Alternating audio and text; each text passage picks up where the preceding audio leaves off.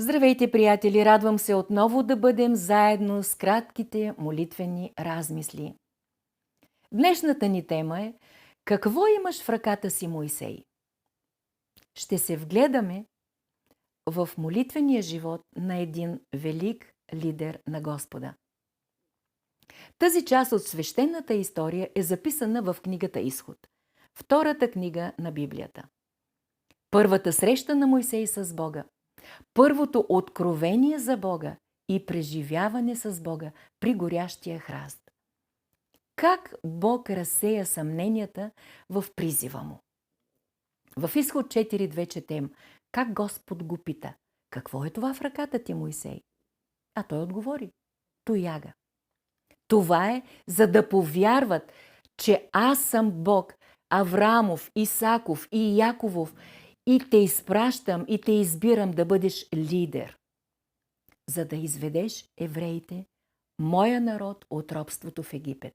Бог му даде две свидетелства при горящия храст, които да разпознават, които да бъдат печат, потвърждение на неговия призив за Божия избор. Първо, най-напред за самия него. На второ място, за лидерите, при които той го изпращаше в Израиля. И на последно място за свидетелство пред самия фараон, който трябваше да освободи Израил от робството. Господ го попита: какво е това в ръката ти? И той отговори: тояга. Овчарска тояга, с която той пасеше стадата на тъста си в Синайската пустиня 40 години. Тя беше толкова обикновена и в същото време стана предмет, чрез който се изяви Божията мощ и слава. Овчарската тояга на Моисей Бог използва през цялото време при извършването на всяко от чудесата на осъждение над фараон и целия Египет. Овчарската тояга на Моисей Бог използва да защити Израел от напастите и наказанията, които той нанесе и изливаше над Египет.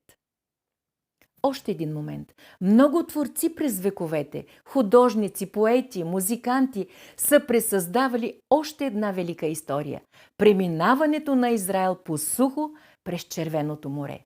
Същото море, което погълна малко по-късно цялата египетска войска на фараона. Но как стана това чудо? Виждаме Моисей при брега на Червеното море. Тогава Бог му казва: защо викаш към мен? Кажи на Израилевите синове да тръгнат, да вървят, а ти вдигни жезъла си, простри ръката си над морето и го раздели. Когато сме в ситуация като тази, се разбира доколко се доверяваме на Бога. Египетската войска с най-отбрани коне и колесници е зад тях, а Червеното море пред тях. И Бог ти говори: защо викаш към мен? Върви напред. Когато ти мълчиш, но с цялата си същност крещиш към Него: Господи, нали ти ме водиш? Нали ти си с мен? А сега накъде? Как да ходя напред, когато там е морето?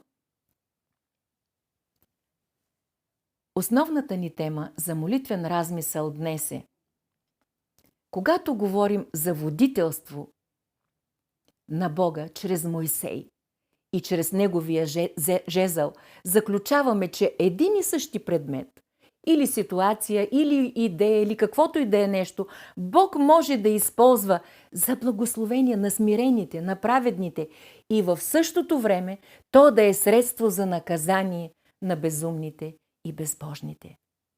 Трябва само да разпознаем Божия глас и водителство, да се смирим, да се доверим на Него, за да може Той да изяви своята мощ и слава.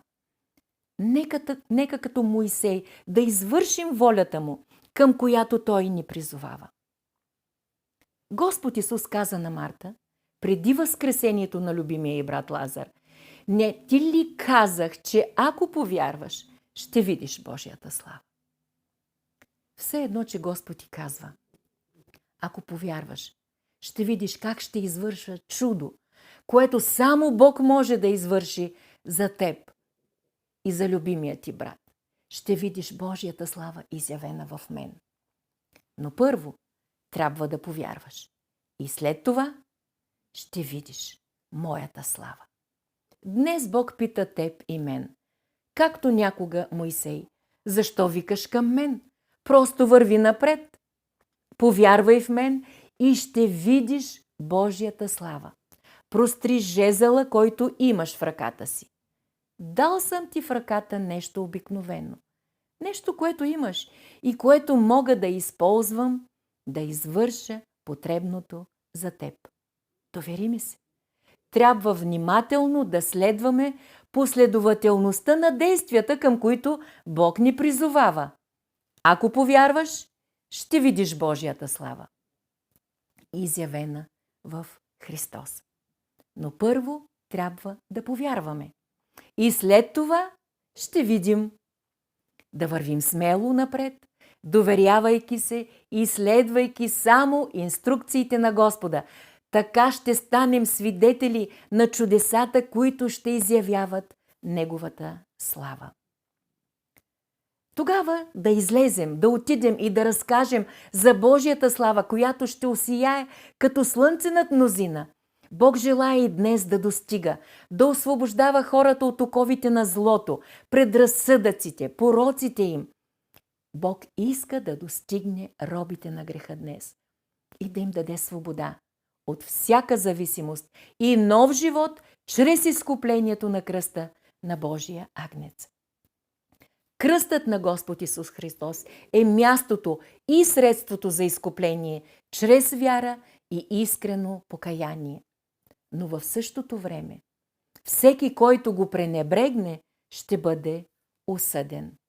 Който вярва в Сина, има вечен живот, а който не слуша Сина, няма да види живот, но Божия гняв остава върху него. Приятели, очаквайте ново включване с кратки молитвени размисли.